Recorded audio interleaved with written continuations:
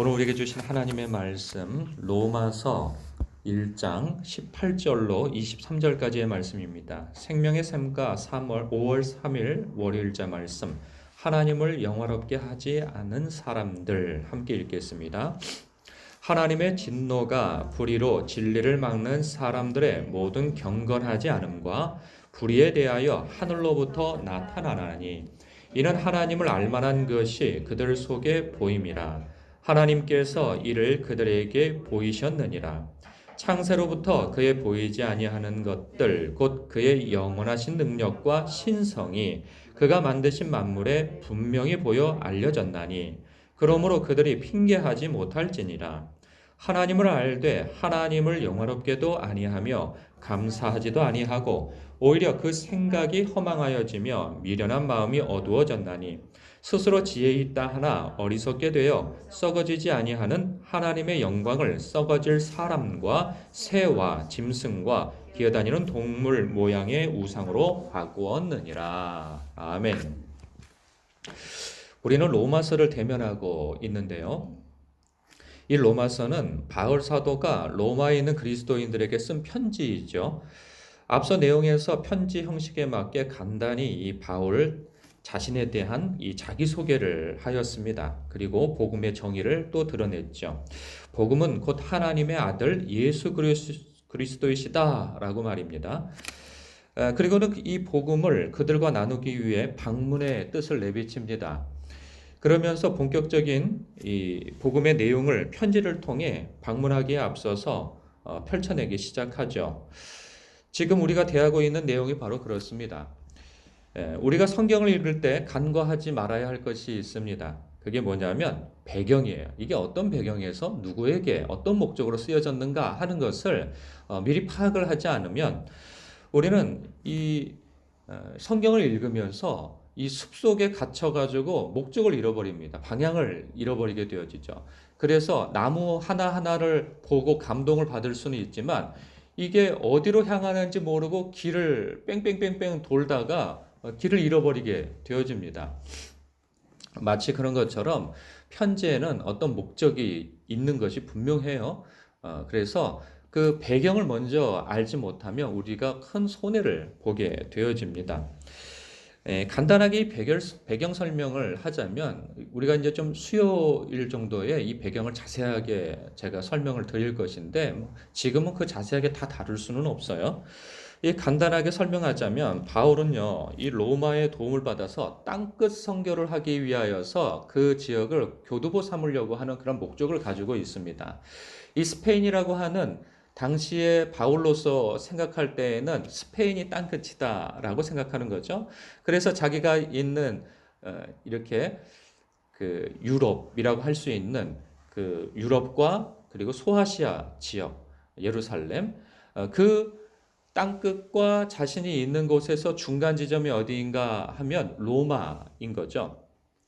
그래서 로마 지역을 교두보 삼아서 그곳에서 이제 땅끝을 향하여서 복음을 전하기 위한 그러한 예비적 준비를 하고 있는 것입니다. 그런데 문제가 있어요. 그 로마에 있는 그 교회에 선교적 도움을 받아서 물질적이라든지 아니면은 사람들과의 교류 관계이든지 도움을 받아서 이제 땅끝인 서바나로 스페인으로 가려고 하는데 문제가 뭐냐면 그 교회가 서로 분열되어지고 갈등된 상태에 있는 거예요.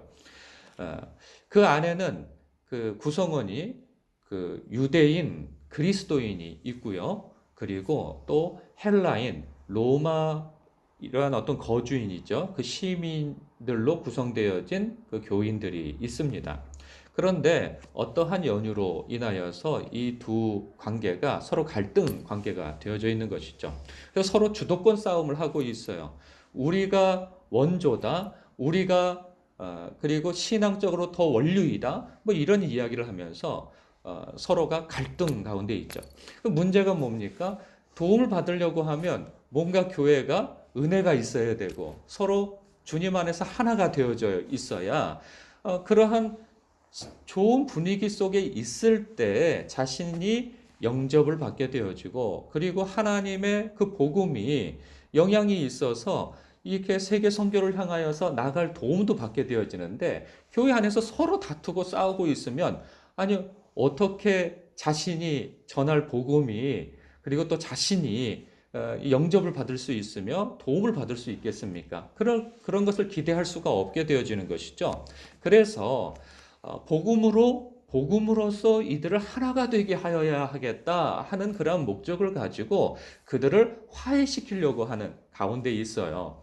그래서 지금 우리가 읽은 이 본문 속에 보면 이 유대인과 헬라인, 로마적 이 배경을, 헬라적 문화의 배경을 가지고 있는 로마인들, 이들을 대상으로 이제 이야기를 하기 시작하는 것이죠. 그러니까 유대인을 앞서서 지금 헬라적 문화를 가지고 있는 로마인, 그러니까 비유대인 그리스도인들을 향하여서 너희들의 문제점이 무엇인지 아느냐 하고 먼저 이야기를, 포문을 열기 시작하는 거예요. 결론은 무엇이냐면 이거예요. 유대인이든 헬라인이든 간에 하나님 앞에서는 다 죄인이라는 그 얘기를 하고 싶은 거예요. 그래서 너희들에게는 복음이 필요하다. 이 이야기를 하기 위하여서 지금 유대인과 헬라인을 지금 한 명씩 각계 전투를 하고 있는 것이죠. 그래서 먼저 다루고 있는 대상이 뭐냐면 비유대권에 살았던 완전 이방인인 그리스도인을 두고 너희들의 본류가 뭔 줄 아냐? 너희들이 과거 모습이 무엇이었는지를 아느냐? 하면서 너희들도 잘난 것이 하나도 없다 하는 의미에서 이 이야기를 시작하는 거예요. 그래서 1장 18절에 보면 하나님의 진노가 불의로 진리를 막는 사람들의 모든 경건하지 않음과 불의에 대하여 하늘로부터 나타났다 하면서 너희들은 원래 하나님의 진노를 받게 되어져서 심판을 받을 만한 존재들이었다. 왜? 너희들은 불의로 진리를 막는 사람들이었기 때문이다. 그러니까 이 이야기인즉슨 무엇이냐면 하나님의 모든 선한 것을 거부하고 인정하지 않는 가운데에서 하나님을 인정하지 않는 그러한 삶의 행태를 드러냈던 자들이었다는 것이죠. 그것에 대해서 자세히 이야기를 하고 있어요. 그래서 21절에 이렇게 얘기합니다. 하나님을 알되 하나님을 영화롭게도 아니하며 감사하지도 아니하고 오히려 그 생각이 허망하여지며 미련한 마음이 어두워졌다는 거죠. 그래서 스스로 지혜 있다 하나 어리석게 되어 썩어지지 아니하는 하나님의 영광을 썩어질 사람과 새와 짐승과 기에 다니는 동물 모양의 우상으로 바꾸었다는 거죠. 그런데 그들이 아주 몰라서 그렇게 했느냐? 그렇지 않다는 거예요. 그래서 19절에 이렇게 얘기를 합니다. 이는 하나님을 알만한 것이 그들 속에 보임이라. 하나님께서 이를 그들에게 보이셨느니라. 창세로부터 그에 보이지 아니하는 것들 곧 그의 영원하신 능력과 신성이 그가 만드신 만물에 분명히 보여 알려졌나니 그러므로 그들이 핑계하지 못할 것이다. 이 이야기는 뭐냐면 하나님께서 이 세상 만물에 당신의 신성을 다 이렇게 숨겨 놓아서 그것만 봐도 분명히 창조주가 계시다라는 것을 알만하게 만들었다는 거죠. 그런데 사람들은 그것을 보고 우상으로 바꾸어 버렸다는 거예요. 모조품을 만들어 버렸다는 것이죠. 하나님을 경외하고 하나님을 인정하고 하나님을 섬긴 것이 아니라 스스로가 신을 만들어서 그것이 하나님이다 하고 섬기게 되어졌다는 거예요. 어찌 보면 우리를 두고 하는 이야기인 것 같죠. 우리가 유대인은 아니잖아요. 우리는 이방인 쪽에 속한 사람들입니다. 우리의 과거를 보면 우리는 다 제사를 지냈던 문화권 안에 있었습니다. 우리가 예수님을 믿지 않았다면, 우리가 선교를 받지 못했다고 한다면 우리는 여전히 지금 우상을 숭배하고 있는 민족이 될 거예요. 모두가 조상신을 섬기느라고 다 때가 되면 제사를 지내고 차례를 지내고 그랬을 것입니다. 그것도 하지 않는다면 우리는 또 무엇을 합니까? 큰 나무나 아니면은 영험하게 보이는 이 바위돌을 놓고 그 앞에서 절을 한다든가 그것을 섬깁니다. 지금은 그런 일은 없고 하나의 문화로 남아 있지만 과거에는 마을 앞에 뭐 천하대장군, 지하여장군 이렇게 해서 그 마을을 수호한다고 하는 신을 섬기기도 하고요. 그리고 우리가 태어날 때 삼신할머니라고 하는 그런 있지도 않은 어떤 귀신을 또 인정하면서 그 삼신할머니가 궁둥이를 때려서 내보내는 그런 이야기도 하고요. 아홉수를 피해서 또 이사하는 데 있어서도 손 없는 날을 피해서 하는 그러한 것이 우리에게 얼마나 많이 배어 있습니까?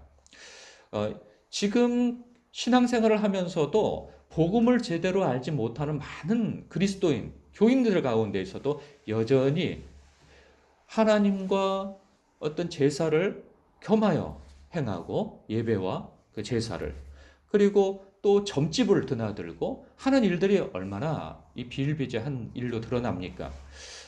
그러한 일들에 있어서 너희들이 하나님의 진노를 살 존재들이다 라고 얘기하고 있는 것이죠.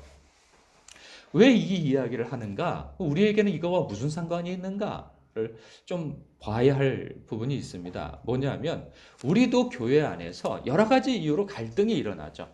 그래서 그 갈등의 내용들은 다 다양하지만 내가 저들보다 낫다 하는 마음을 가지고 있는 그 교만함이 문제라는 거예요. 그래서 지금 여기에서 말하고 있는 것은 무엇이냐? 아무도 하나님 앞에 자신이 낫다, 저들보다 낫다 하는 이유를 가질 수 없다는 것을 말씀하고 있는 거예요. 우리도 역시 마찬가지죠. 나는 저 사람보다 신앙의 어떤 점이 나아. 저 사람보다는 내가 교양이 있어. 내가 저 사람보다는 그래도 어떤 종교적 열심이 있다고, 더 헌신한다고, 이러한 이유로 상대방을 비난하고 정죄하고 그를 판단한다면 우리도 하나님의 진노 아래 놓인 자라는 것을 기억하라 라는 말씀을 하고 있는 것이죠. 아무도 하나님 앞에서 스스로를 자랑할 수 없다. 그 이야기를 하고 있는 것입니다. 여러분 그렇습니다. 오늘도 우리는 자신도 모르게 남보다 우월하다고 하는 것을 드러내는 그런 습성을 드러낼 때가 있습니다. 그것만한 죄가 없어요. 죄 가운데서 가장 큰 죄는 바로 교만입니다. 내가 저 사람들보다 나아. 이것은 곧 거슬러서 하나님의 권위를 훼손하고 하나님을 인정하지 않는 그런 불경건에 해당한다라고 말씀하고 있는 거예요. 오늘도 주 안에서 겸손한 여러분 되시길 주님의 이름으로 축복합니다. 그럴 때 하나님의 인정을 받는 것이고 하나님의 기쁨에 그러한 삶을 살 수 있게 되어지는 것입니다. 우리가 아무리 교회의 일 그리고 하나님의 일이라 해서 열심을 내도 우리 마음 가운데 교만한 마음과 태도가 있다면 하나님께서 그것을 두고 마지막 때 심판하실 때 내가 너를 도무지 모르겠다 하시는 그런 무시무시한 심판 가운데 우리가 처하게 되어진다는 것입니다. 오늘도 겸손하게 나보다 남을 낮게 여기고 그리고 인정하고 격려하고 세워주는 말을 하며 그렇게 하여서 하나를 이루는 그런 하나님의 자녀라의 일컬음을 받는 그런 여러분 되시길, 화평의 사람들 되시길 주님의 이름으로 축복합니다. 기도하겠습니다.